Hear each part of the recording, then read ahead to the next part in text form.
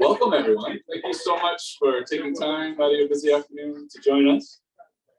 We're really excited to share an update on how things are going on the mill site and across the street here downtown. But we're also really excited to also introduce you to some of our guests that we have with us here today. We have guests that are visiting from the Boston area, from the EPA, and the Brownfields program, who have been instrumental in helping us to revitalize the site. We also have friends here from Maine DEP and from Ransom Consulting, who have been helping us with our environmental cleanup work, and from ICF, who have been helping us to conceptualize the future and try to render the future in drawings so you can really get connected to what we're doing. But first, what I'd like to do is everybody have a handout that shows, and for folks that will be online, we'll post the PDF. But we have a handout that shows a bit of the revitalization in our plan. One for myself, maybe you might hang on this one. And so I just very quickly wanted to walk you through this handout, and then we'd love to turn it over to our friends from EPA, DEP, and Ransom to talk a bit more about the revitalization process and where we are with the administration building, the E&R building, and the pilot plant attached to the E&R building, which we know are important buildings for us culturally and industrially. So if you look at the map that we have here, we just wanted to kind of walk you through a few key areas of the site that we're looking to redevelop. The first is that area around the administration building, the E&R building, the pilot plant that's attached to that, the garage, and that whole area. This is, and really we look at this as a bio-based commercialization of what do we mean here? Like, this is where we want to really spur innovation. This is where we want to create the infrastructure that's needed for smaller industries to come in. A lot of the site right now, we have to attract some pretty big projects. There's a lot of infrastructure improvements that are needed. What we want to do is create the innovation hub in that part of the site so that that infrastructure is plug and play. So if you have an idea, you can plug that into the garage. If you have an idea that could grow into the pilot plant, these kinds of things. And so with that, we're very honored and excited that in the next round of congressional spending, there is spending in there for a combined heat and power plant. And what that would do is that would bring back the heating system for that part of the site.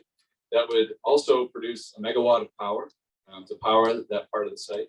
It would also bring steam back to the site. As you know, when the steam plant went down, really the heart and the lungs of the site were brought down. There was no more heat from any of the buildings.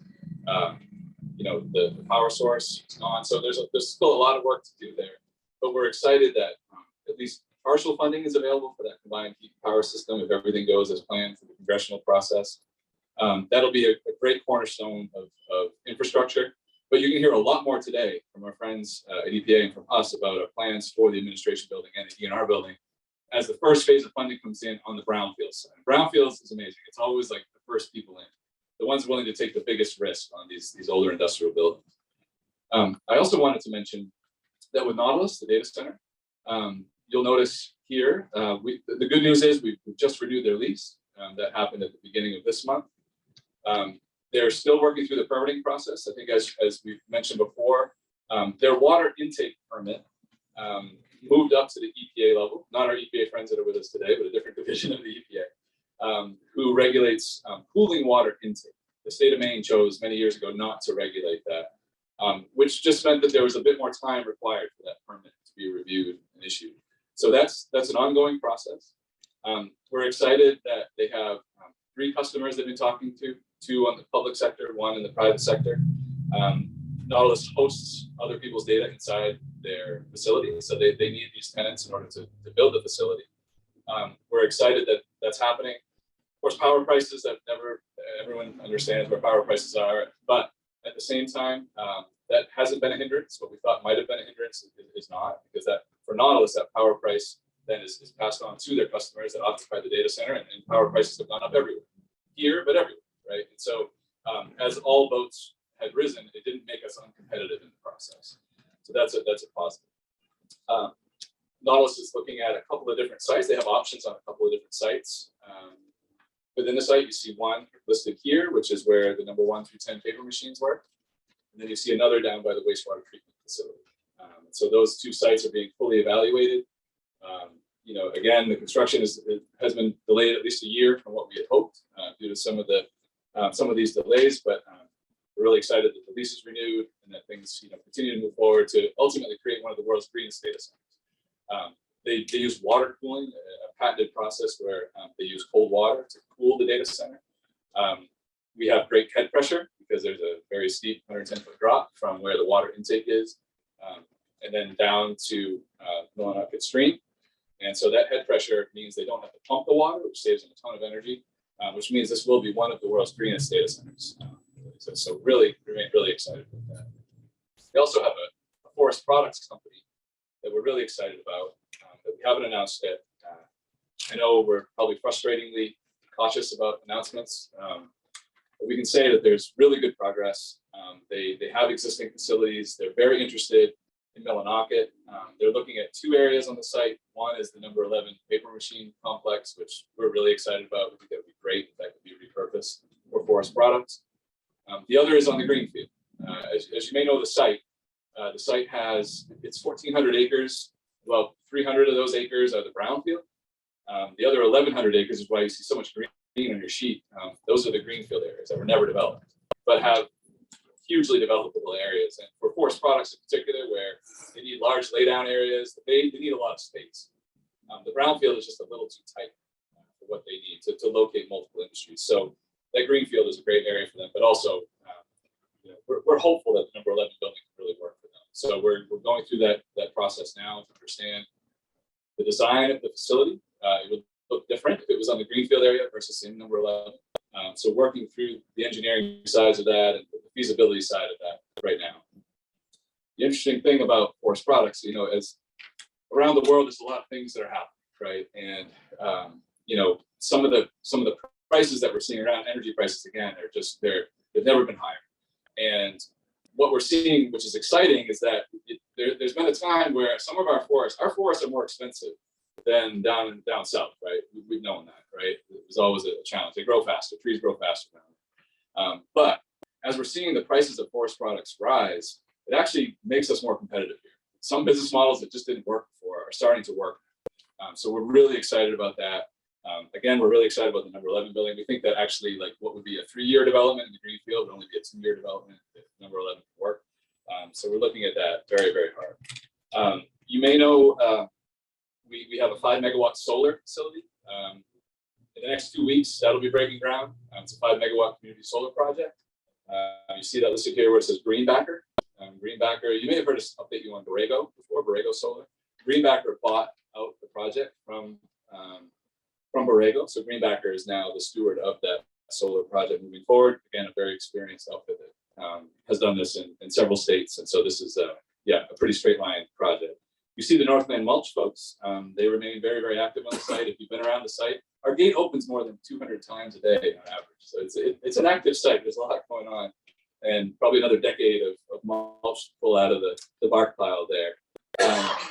You see ORPC. ORPC is a micro hydro solution. It's a very low impact underwater hydro system that can generate power to, again, power some of this innovation hub that we have here. So we're excited to have a lease and a way forward with ORPC, a really innovative technology that we really like. And then lastly, on aquaculture, we've been talking to a number of players in aquaculture. And as you see on your sheet, the orange is the aquaculture. You can see down by the wastewater lagoons. These are 26-acre lagoons. These are massive lagoons. There's been a lot of interest from the aquaculture sector in that area.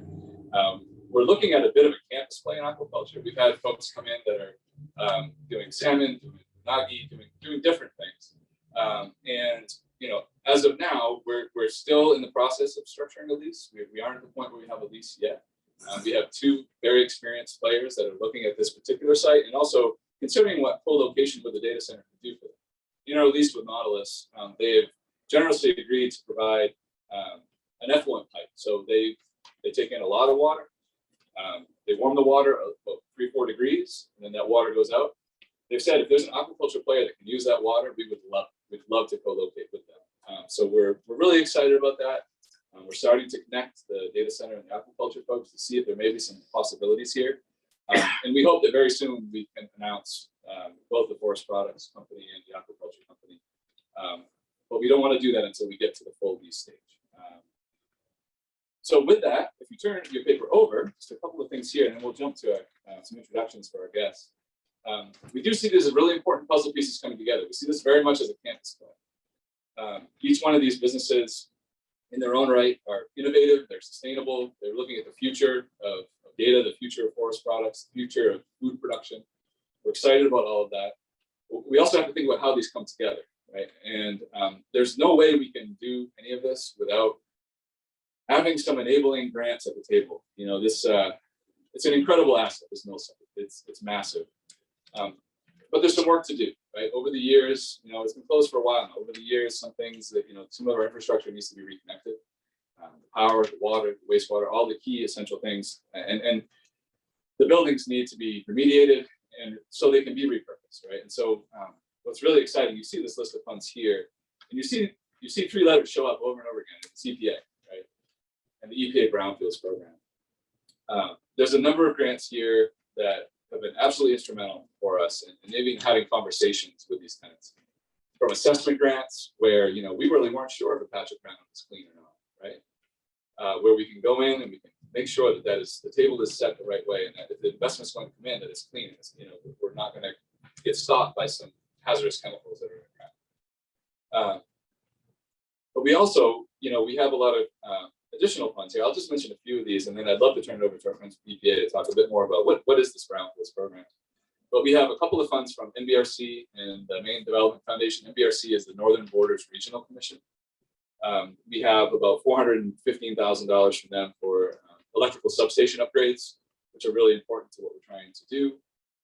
We have some congressional funds for the wastewater treatment facility, which is key. You've noticed there's two tenants looking at that, from data centers and aquaculture. Again, we need to understand, is this suitable for development? Are there any areas that aren't? Anything that needs to be cleaned up to make sure we can set the table for those two tenants the right way? We have EDA infrastructure funds. That's the $5.3 million from the EDA. This is about power and water, making sure that our infrastructure is sound for the businesses that are coming in.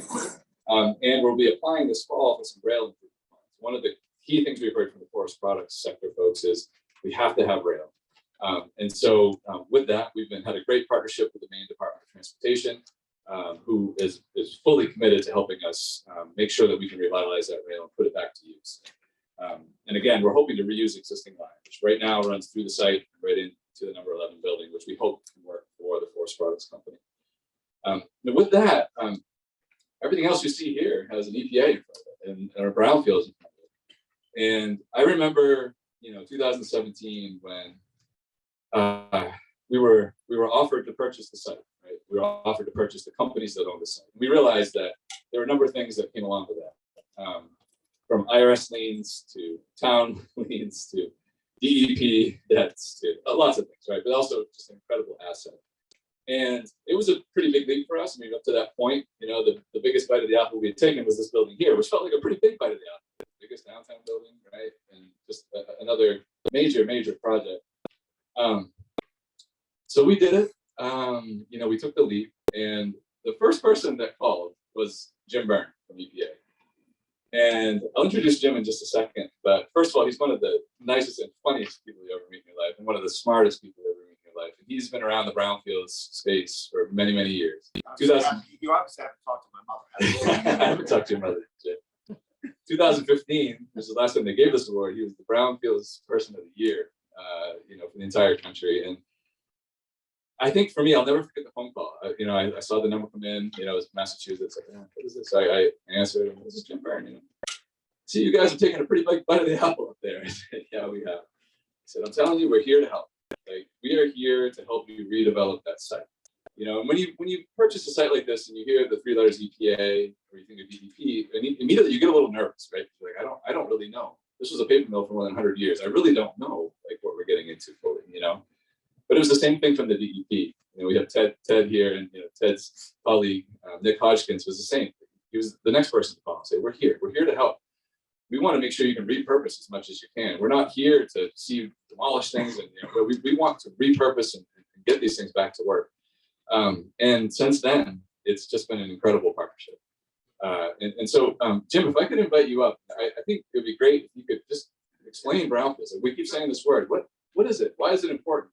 Sure. Where do we go from here? So be thinking about your questions too, please.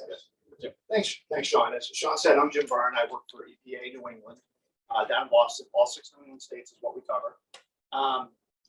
But by way of introduction, if you will, I mean, actually, I should say this first.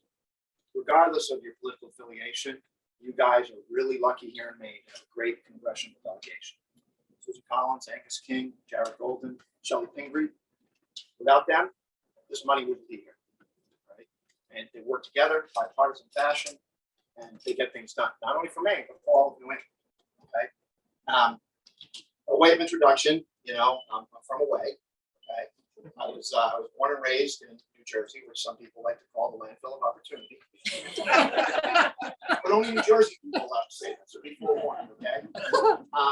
I went up to Massachusetts to go to college. I met my wife, and I never went back home. Now, back in the early 80s to the late 80s and stuff like that, the free and easy times when you're a bachelor and stuff like that. I love the outdoors. I fish, I hike, I canoe, I kayak, I do whatever. I was really attracted to this area. I had a friend from college that lived up in this area, and I just totally enjoyed everything up here. All right. Okay. You get married, you have kids. What happens? Free and easy is done. All right. Still enjoyable, just not free and easy. Okay. So when I first met Sean, we heard about this whole thing and stuff like that. And what I was impressed about most was, number one, the town was on board. You're a small nonprofit and stuff like that. Bunch of non-profit guys, trying to do something good for their town and the region. And what impressed me the most, because you don't see this quite often in the program, is they have a plan, they have their act together, and they're just a bit crazy. And that checks all the boxes in terms of this type of funding. Okay. So we started out funding the stuff up here, and it's been a great success, and it's really due to Sean and Steve and their whole crew at our academy. Now, what is a brownfield? All right, for a lot of years, EPA and DEP, put their attention to what we call Superfund sites. This is like Eastern Surplus up in Medivets, Loring Air Force Base up in the county, Eastland Woolen down in Corona. These are the sites that are real danger. People can't drink the water because of these sites. People can't breathe the air because of these sites. Okay, but EPA realized, perhaps maybe a little too late, but good for realizing, right? What they did is there's this whole population of sites out there that are contaminated, but they're not going to kill you yesterday, like a Superfund site would. These are brownfield sites. So the program was created, to kind of fill that gap. These sites like this, they would just sit here and like fallow for lack of funding, for lack of cleanup and stuff like that. And a brownfield site can be something as big as this. It can be the corner gas station that has a couple of tanks in it. So it's a wide array of everything. And the brownfields program has been around for a little bit more than 20 years, and it's really made a huge impact all over New England, all the United States, right? And thanks to a couple of initiatives coming out of the former administration and the current administration, there was really a push to focus on these large sites, just like you got here, 1,400 acres, 400 acres of brownfield and stuff like that. The initiative was to focus on these sites, get them off the brownfield list, put them on the tax rolls. Right? These gas stations easy to put in plants. You can get out of there in a couple of days. This is multiple years. Okay, so they put the focus on it, and here in New England, our mega sites are the iconic mills that we see all over the place. On rivers with cheap power. Fortunately, all these industries went away, and we're left with a bunch of vacant holding sites like this. And what's really kind of made the difference was in our program, because we were kind of the poor stepchild of Superfund. We didn't get a whole lot of funding. We couldn't address everything we needed to address and stuff like that. But when we had, the bipartisan infrastructure law that was signed in November, that gave us a massive amount of funding to address sites like this. And again, bipartisan, all 4 of your congressional delegations voted for this. And this is life-changing in the EPA Brownfields program, because we have more money than we've ever had to address sites like this. Okay, it doesn't mean we're going to solve all the problems yesterday, like Sean says. It's still going to take time. Okay, but so we're really happy to be here. I'm happy to see all you folks. I'm happy to have an excuse to come up here and play around for a few days in the North Woods that I really love so much. So thank you all for turning out tonight. You guys have any questions? You're doing it now or later? Okay, yeah, thank you, Sean. Thank you, Jim. Thank you so much. I wanted to recognize Jim's team as well. We have Karen, please. Paul, let me get this right. Paul, Pietra, and Fernie. I got it. Good. And Tabitha Busi. There's. Great. Welcome. Thank you so much for taking time with us. Our first brownfield cleanup project was right here across the street. It was actually 230 Penobscot. There were a number of issues from mold, asbestos, pigeon guano, a whole range of things. And again, happy to say it was the first money in. It cleaned it up, got it to the point where we could, bring on additional investments. And we're happy to say that we have a $300,000 loan from our friends at EMDC to continue work in the building. And there's another $1 million in the next congressional budget. That's not certain, but if everything goes as planned, we would have another $1 million to finish the building completely. So we remain really excited about that. It's a big project. It's a big building. There's so much potential in there for us. And really our vision here is to create a co-working space upstairs. So if people need lightning fast internet, quiet place to work, across from a great main heritage park, Randy's amazing work inside the Boreal Theater, they'll have that. But also in the downstairs to have a bit of a co-retail space. So maybe if folks want to retail goods, food, but it's expensive to take on a building in the downtown right now, like they would have a space that they could use, a shared space, inviting the community in to do that. And we remain so inspired, Randy, by what you've been doing here at the Boreal Theater. You have amazed me over and over again, the energy that you and your family of volunteers have done. And I think, could we give a round of applause to Randy and his team? It's truly,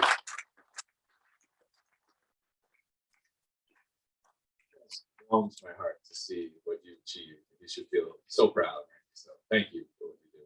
I know it's not easy. So with that, we'd love to invite our partners from Ransom Consulting up here.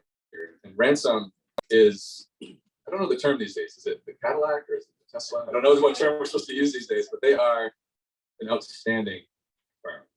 They have stood with us shoulder to shoulder on every application, on every issue, on every subcontract. They've just been incredible to work with. So I'm going to invite Jamie up in a second, but first I want to recognize Nick Sabatine in the back. Has just been an absolutely incredible partner for us. And if I could invite his partner in crime, Jamie McDore, who is a genius. And Jamie is going to walk us through. So she's putting together all of our designs and our strategies for the admin, the E&R. So she's going to get into a lot more detail on those two iconic buildings that we all hold in our hearts. And again, the EPA is the first round of funding to come in to make sure we can reuse those buildings, not demolish them. So Jamie, please. I have a pretty loud voice. I prefer not to use the microphone, but if you guys can't hear me, let me know. Like I said, my name is Jamie Medoro with Ransom. We're a consulting firm. We do a lot of brownfields work throughout Maine, throughout New England, but we really love working in Maine. Nick's going to talk after me a little bit about some of the assessment work and some of the site-wide stuff that we've been doing, but specifically why I'm here is to talk about the two cleanup projects that we have going on right now on the two buildings on that campus. So it's the administration building and the engineering and research building, also the pilot plant.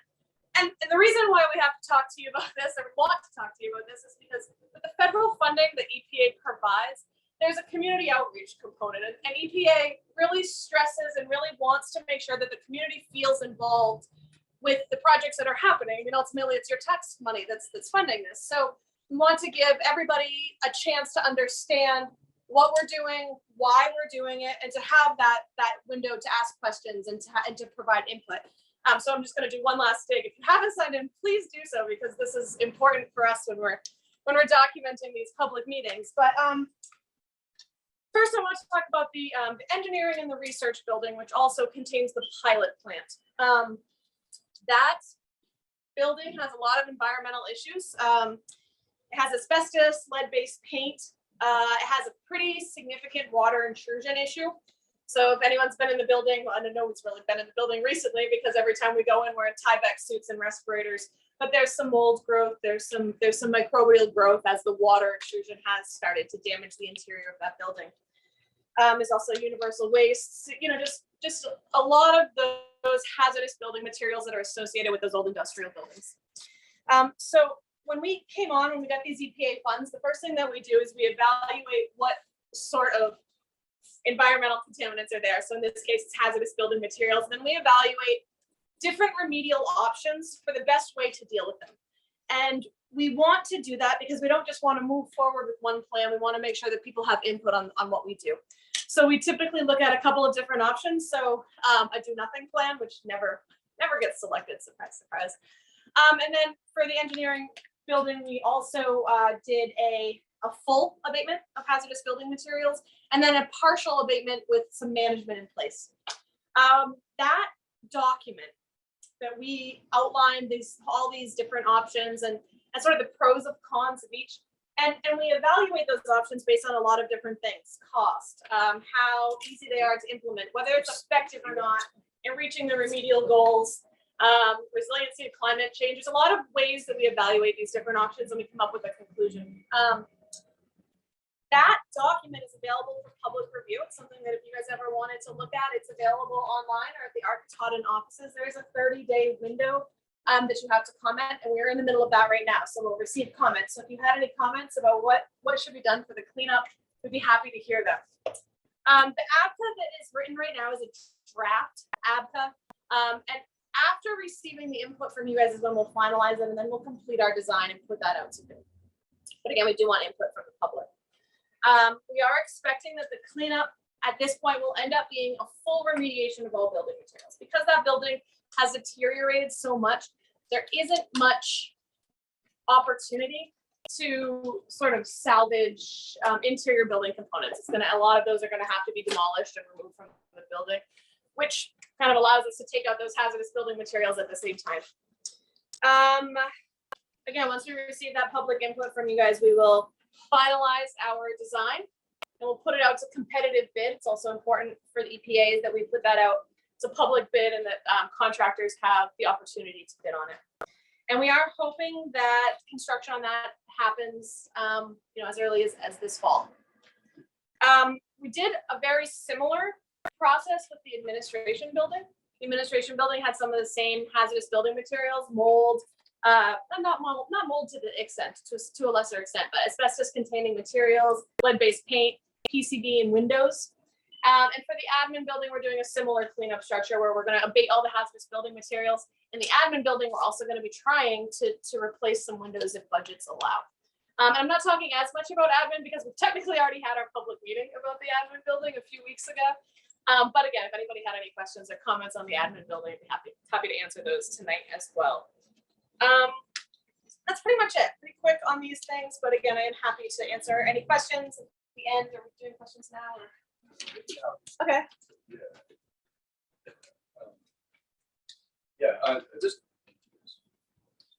Just one thing to add, thank you, Jamie, is that we are exploring whether or not we should put the admin and the E&R building into historic status. Pluses and minuses to doing that. It can restrict some of what you have to do. Like you have to make sure you comply with a fairly rigorous set of standards. But at the same time, we do want to honor the history of those buildings. And the buildings have really good bones. I mean, yes, as Jamie mentioned, there's a lot of issues inside, especially in our building, a lot of water damage. But at the same time, we don't see ourselves drastically changing the exterior of those buildings. It's the interior we want to put back to work. And when people ask us, what do you want to do with the E&R building? Well, we want it to be an engineering and research building. Like we want it to be an innovation center. We want new technologies and the future of forest products and the future of aquaculture. We want to root that in that building. And the administration building, we want it to be an administration building. You see the campus play. Each of those folks will need office space, conference rooms, perhaps even like an overnight suite that they can stay in. And we're looking at the admin building for how that could accommodate that across the campus. So we're excited about it. We're approaching the historic status carefully. We want to make sure that we have all the information. We have another meeting tomorrow morning to evaluate that, to see if that's a good option. But there are tax credits available if you do that. You can get 20% 22% from the federal and state respectively out of back from the investment. So you get 42% of your investment out of the investment if you do that. And for the admin building, it may not be as critical, but for the E&R building and its current condition, that could be really critical to attracting the kind of private investment that we're going to need to follow on the heels of these initial public investments to make that building work. So that's a bit of our thought process behind it. But again, we want to make sure that the restrictions that we do have to comply with aren't so onerous that it would actually hinder that redevelopment. So we're evaluating 6. So please, questions for Jamie? Questions at this point? Last year, the presentation at Veterans Park, last summer, you mentioned 50 studio apartments for employees in the admin building. Is that still part of the plan? Or? So the question was, last year when we had the event with Nautilus at Veterans Park, we mentioned the admin building potentially hosting studio apartments in that building. Is that still part of the plan?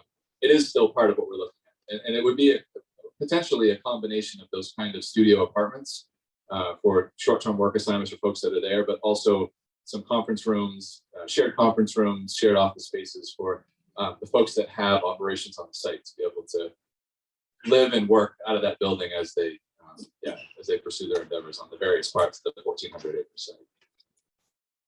Brian. Yes, you said that when the work is ready to be done, you going up the bid. Now, is that publicly, will that be in local newspapers, or how do we get in contact you to perform the work? Great, thanks, Ryan. The question is, you mentioned that when the work begins, it will go up to bid. How does that happen? Is it in the local paper? Like where is it? Yeah, we advertise it in the local paper. It's right here in the local paper. It'll be posted on the Arcton website, and we send it out to bidders that are interested. So if there was a name or a company that wanted to be interested, tell me, and I'll put you on the list and send you the bid. With federal requirements, there are certain requirements and things that have to be met, quals, but as long as somebody meets the quals, it's a fully open, fair public bid. Yeah. Great question. So other questions? Keep thinking about it. We'll have more time for that. Jamie, thank you very much. We're super excited about that remediation. As she mentioned, like the admin work, we expect to start this early fall, ENR shortly on the heels of that in the middle fall. So we're really, really excited about that. With that, I'd like to invite Nick Sabatine up to share a few words with us. Nick's going to talk to us about a couple things.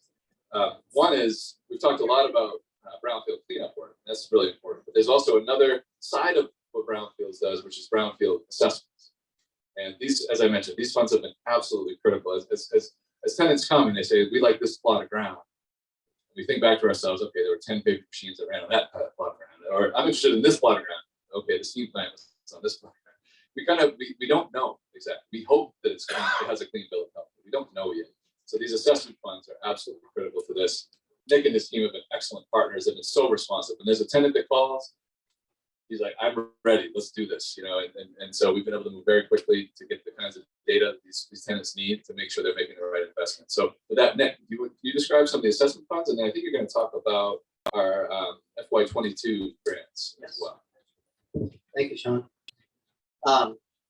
So Jim did a great job in defining what a brownfields actually is, and there's several types of funding sources that we've heard about today and are on your sheets, two of which being assessment and cleanup funds. And so to clean up a site or a project, you have to assess it first. And so that word really is indicative of the space that we're in now. If it formerly had an industrial use, the assessment means that we come in, our team of engineers and scientists, and actually do testing. So we start that work by trying to understand the history of any site, what it was used for, the type of processes that occurred on the site, chemicals that might have been used. And from that, we develop what we refer to as contaminants of concern.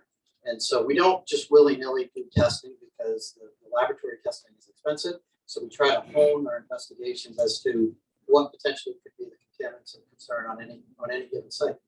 So we've assessed, let me back up. So the 2020 assessment grant was a $350,000 grant that was specific to the site. And we've utilized those funds for various investigations. And, some of those have included the steam plant, the upper level and the lower level adjacent to Millinocket Stream.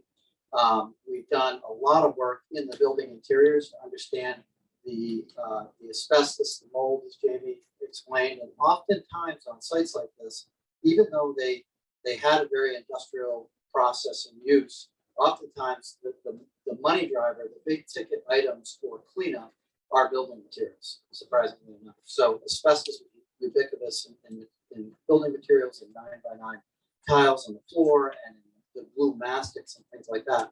That require special handling either at a landfill or when it comes to disposal. So we have used that first $350,000 grant, which is coming close to its completion now, for assessment of the admin building, the ENR building, and also the research side of that pilot plant. And then also we've done work that is very beneficial to the end users of the site. So it's a 1,400-acre site. So to blanket the entire site with assessment would cost an extreme amount of money, a lot of money. So we've worked very closely with our Todd in understanding the areas of highest potential development. So again, Nautilus coming in, tight schedule. We have that work drive our assessment with the potential of aquaculture work on the east side of the Millinocket Stream. We're in the process of scoping some work that would evaluate the sediments and the water quality in that area to confirm that it's suitable for that type of use. We don't know that here and now. And the other part of that is that EPA allows the assessment funds to also be used for reuse or site redevelopment planning. And so as part of that, there are areas of the site that required some additional survey that, as lot lines get reconfigured, that we were able to do and actually save costs to the development team. So these funds are a wonderful resource. You've heard often tonight that they're the first funds in, but they're extremely beneficial to the end users because at the end of the day, they often require them to spend less of their own money and invest it into the actual construction of the site. So the admin building was a 2020 financial year 2020 grant. This first assessment for $350,000 was also a 2020 grant. In 2021, Architecton was awarded the research and pilot plant cleanup.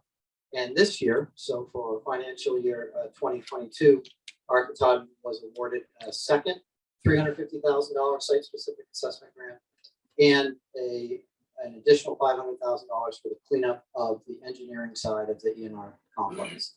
And there's an opportunity. The federal funding typically becomes available October 1, but because there's so much interest in development, forest products, aquaculture, that's really, again, driving our work. We were able to get pre-award funding through Jim and EPA to immediately start some of that work. So upcoming work, as I mentioned, will be to further characterize and assess the areas of the lagoons.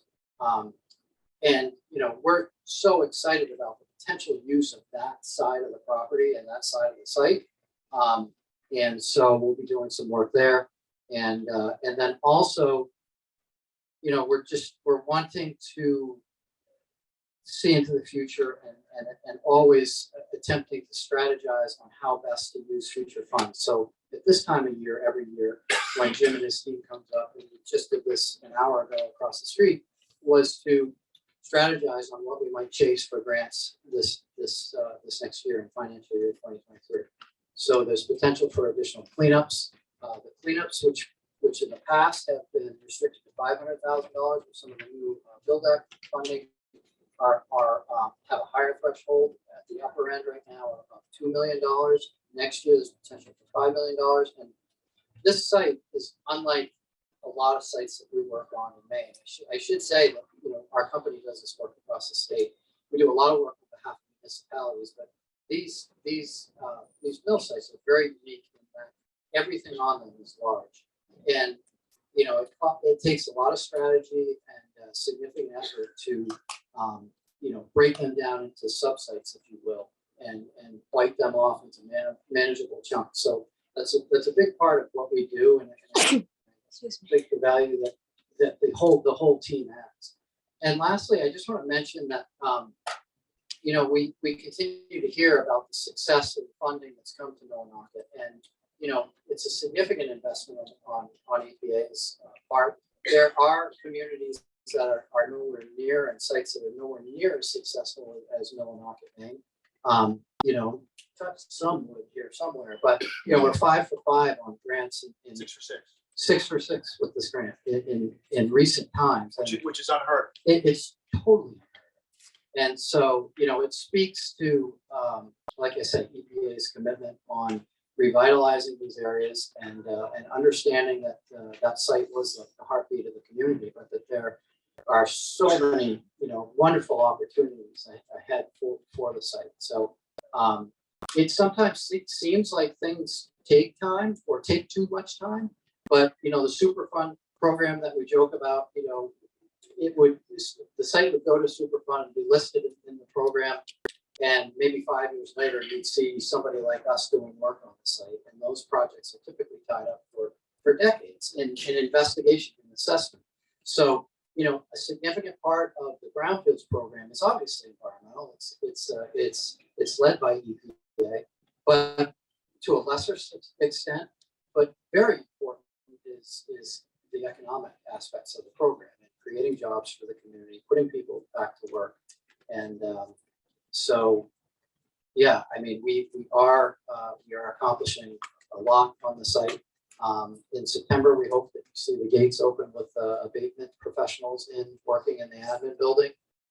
In the near term, you'll see the same thing occurring in DNR. And so, again, our appreciation to EPA. And was Ted Wolferts mentioned? Ted Wolferts is our representative from DEP. So he's our local guy that helps administer these funds on behalf of EPA, and is an equal partner in the team. So thank you all. Happy to answer any questions.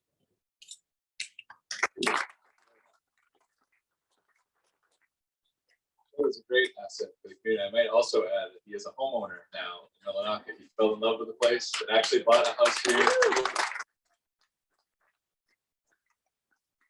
Great. I also want to recognize Kevin Black, who works for ICF, who is working with EPA, working with us to help envision the future and actually translate that vision into the renderings, the drawings that can really help connect people to what we're doing. So thank you, Kevin, for your partnership as well. It's great. Jesse, question. Question for Mrs. Santini. Please.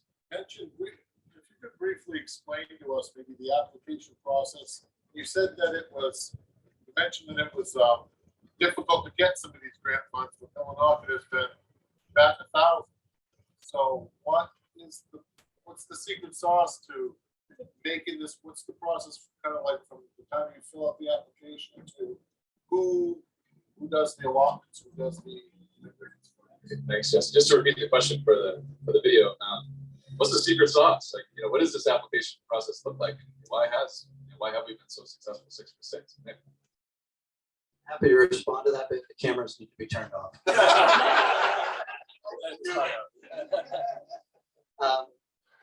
Millinocket has don't take this the wrong way, but a very good story to tell. And so, sites in Detroit, as an example, or a lot of the mill towns in northern Maine have significant job losses, and so that's a portion of the grant. So the upfront section, it's a 10-page grant application, and it's a national competition. So the front, section or two, you tell the story, and the story needs to be, the sky is falling type story, and that these funds are a significant need in this particular community. So we've been able to, effectively tell that story. And then, the later portions of the grant are how you might leverage funds to create or to implement your vision that's described in the application, and what the development potential might be. There's a budget component to it also. And a lot of this, when we first came and started working with Architect, and Sean had done a lot of this work previously with the work here at 230, and So I guess my response is you need to tell a story. It needs to be effective. As you can imagine, with any program like this, I can't imagine how a community would write one of these on their own for the first time without having the background that we've been able to develop in the last 15 years. You know, because you have to say the right things, and you have to say the right things in the right places. And so each year, EPA creates grant guidelines, and those guidelines provide questions that you need to respond to in the various sections of the grant. And 10 pages sounds like a lot, but there's a lot of story to tell in a town like this, with a site like this. So, yeah, I don't want to jinx it, but it's been a good story to tell. And on the other side of that is there's great development potential, and we're able to talk about leverage, private funding leveraged, DEC, the Department of Economic and Community Development, the main DEP has funds. So we're able to tell a story of collaboration that has been successful. Questions for Nick? One of the things we're often asked, like, why are you guys so focused on grants? There's more other flavors of money out there. And just to mention our philosophy, I mean, first, like a lot of the assets on the mill site are just not fully ready for private investment. They've undergone many years of damage, environmental damage, but also we lost a lot of our infrastructure, frankly. The power, the water, these things, they just need to be reconnected. And it's often too much to expect one private sector actor to address those kinds of issues. And so we don't see grants as an end. I want to just clarify that to everyone. Jobs is the end, right? Resilience is the end. These grants are important at early stages to help better set the table for that private investment. And that private investment is the only way we create jobs. So just to clarify, there's no illusions that these grants are everything here. When you hear that we're going after these, though, it's like, how turnkey can we make these assets? How smooth can we make the road to get people here? It's a competitive world, right? And we want to make sure that we can land people here, create those jobs, create that vitality. Yeah. Any other questions, comments, concerns?